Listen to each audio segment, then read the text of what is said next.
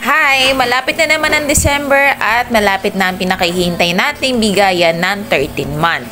Welcome pala sa akin channel kung saan dinidiscuss natin ang ilan sa mga tax filing concerns and other accounting related concerns. Tara, pag-usapan natin ang topic na to. To give you context, ano nga ba ang 13-month pay? Ang 13-month pay is a statutory annual employee benefit that every employer is bound by Filipino law to provide to their full-time rank-and-file employees in addition to their yearly salaries. So in short, isa siyang benefit as an additional annual compensation on top up of the salaries. Katulad lang din po ng regular payroll, ang ating 13-month pay ay merong sinusunod na cut-off para po sa coverage ng computation. Maaari kang gumamit ng dalawang klase ng cut-off. Una is yung calendar year na cut-off or yung isa naman is yung fiscal year na cut-off. Pag sinabi natin calendar year na cut-off, ang start ng kanilang cut-off ay from January to December. Habang ang fiscal year na cut-off, isa sa best example nito ay nagsisimula sa November of the current year up to the next year, October. Additional pa pala, ang bigayan po ng ating 13-month pay ay dapat on or before December 24 ng kasalukuyang taon. Hindi po dapat lalagpas sa December 24 ang pag-release ng inyong 13-month pay. Ngayon, dumako naman po tayo sa main topic ng ating video. Meron po dito sa screen na makikita ninyo ay merong 12 months na ipinasok yung ating example. Pakalanan na lang natin siyang si Juan de la Cruz. Si Juan de la Cruz ay merong pinasok from November last year up to October ng kasalukuyang taon. Ginamit ko po pala ay ang fiscal year cut-off. Ang 13-month pay po natin ay katumbas ng isang buwan na sahod po ng isang empleyado. Ang common computation po ng 13-month pay ay isang buong buwan, i-divide po natin sa 12. Katumbas po nito ay 12 months para sa isang buong taon. Pagka-divide nyo, makukuha nyo naman yung total amount ng inyong monthly rate for the 13th month. And then, itatimes nyo naman po to sa total numbers of months attended nyo for the whole year. At yun na yung inyong 13-month pay. Ito pala ay isang example ng klase ng simple prorated na 13-month pay computation. Pag sinabi po natin prorated 13-month pay is ito ay proportionate lamang doon sa actual days and actual basic pay na na-receive mo for the whole year. At ito ko po pala dito ang basic pay ay hindi kasama yung mga allowances and other monetary benefits such as overtime pay, night differential, unused leaves na convertible into cash, at yung mga other premiums pay. Ngayon, balik tayo sa ating example. Etong table ni Juan de la Cruz, ito yung cut-off niya ng kanyang 13-month pay for the 12 months. So, meron dyan basic pay, allowances, government contribution, at yung naging withholding tax niya for the whole year. Ngayon, ang gagawin lang natin, kukuhanin lang natin yung total ng basic pay niya from November last year up to October ng 2023. Assuming na si Juan de la Cruz ay walang OT pay, walang night differential, and other holiday pay dito sa kanyang payroll schedule. Simulan na natin yung computation. Kukuhanin lang natin yung lahat na naging basic pay niya from November last year up to October ngayong taon. Then, pag pinag-add natin siya, yung total nun is i-divide lang natin sa 12. Yun na yung 13-month pay niya. So, gawin natin yung example.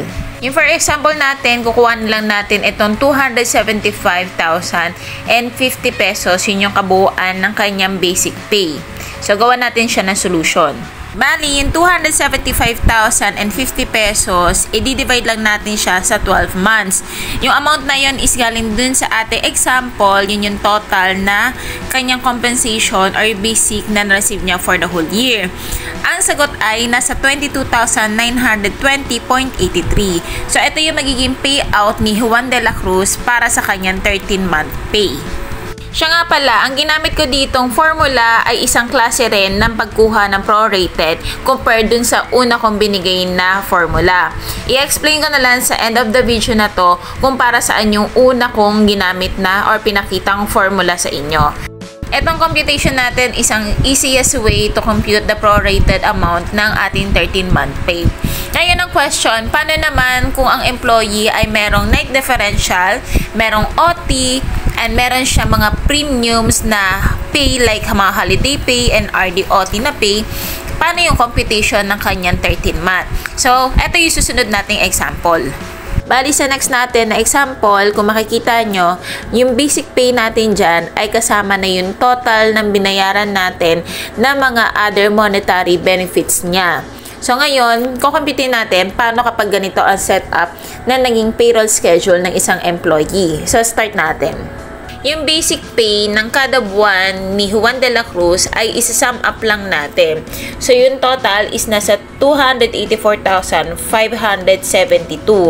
Then, kukuha din natin yung total ng kanya mga other monetary benefits which is amounting to 9,522. Yung 9,522 ay galing dito sa sum up ng holiday pay, OT pay, night differential, and RDOT pay. Yung total basic pay niya for the whole year ay ililes din natin muna sa total other monetary benefits niya for the whole year, which is yung 284,572 pesos less 9,522 pesos is equal to 275 and 50 pesos. So, bale, yung 275.50 pesos, i-divide ulit natin siya sa 12 months. Bakit 12 months? Kasi ito pa rin yung standard na month coverage ng ating 13-month pay. So, 275,050 pesos divided by 12 months is equal to 22,920.83 pesos. So, bali, ito na ngayon yung magiging 13-month pay niya for payout. Ang tanong naman, what if kung ang employee ay na-hired sa kalagitnaan ng taon? So, kalagitnaan siya ng cut-off. Siyempre, meron din tayo example dyan. So, yung next example natin is yung para sa ganitong scenario. Bali dito, si Juan de la Cruz ay na-hired ng May. And then, ang company ay nag-cut off ng October para sa computation ng 13-month pay. So, yung from May up to October, yun lang yung kukumputan natin ng kanyang 13-month pay. And then, katulad kanina, yung basic pay ulit, kukuhanin lang natin yung total basic pay from May hanggang October. And then, ililes din natin yung lahat ng other monetary benefits niya like holiday, OT pay, night differential, and RDOT pay niya. So, kuhanin natin yung sum up ng kanyang basic pay from May to October, which is 142,100. And then, ang total naman ng kanyang other monetary benefit ay nasa 4,150. Ito po yung holiday pay, OT pay, night differential, at yung RDOT. Bali, yung total basic pay na 142,100 less 4,150 is equal to 137,950. Then, i-divide ulit natin to sa 12 months as standard na coverage ng 13-month pay. So, 137,950 divided by 12 months is equal to 11,495 pesos and 83 centavos. So, ito na yung 13-month pay ni Juan de la Cruz for the year. So, mabalik tayo sa ganitong klase or ganitong way ng computation. Ito po ay applicable lang po kung ang employer ay gusto ang basis ng kanyang 13-month pay is naka-fixed rate. Pag sinabi nating fixed rate, kung ano lang po yung nasa contract ng kanyang employee na monthly rate, dun lang po siya magbe-base. Regardless kung meron siyang late or meron siyang absences. Basta dun lang siya magbe-base ng kanyang 13-month pay. Example, si Juan de la Cruz daw ay 25,000 ng kanyang monthly rate. So, yung 25,000 i-divide natin sa 12 months. So, pagka-divide ng 12 months, ang total na amount ng kanyang monthly 13-month pay rate is 2,083 pesos and 33 centavos.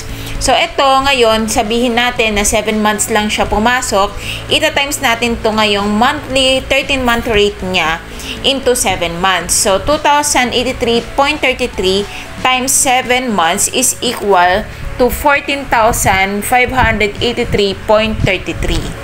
Para ma-check natin, i-apply natin dito yung kanina natin ginagamit na formula. So, yung total basic pay niya na 175,000, i-divide lang natin siya sa 12 months. Ang sagot ay 14,583.33 pa rin na 13-month pay. And that's it. Sana po may natutunan kayo sa aking munting discussion for today's video. Subscribe nyo lang po ako sa aking YouTube channel by clicking the subscribe button. Pwede nyo rin po ako i-follow sa aking TikTok account and LinkedIn account dahil nagpo-post din po ako sa mga platform po na to ng ilan sa mga BIR related concerns and other accounting related concerns. So, thank you!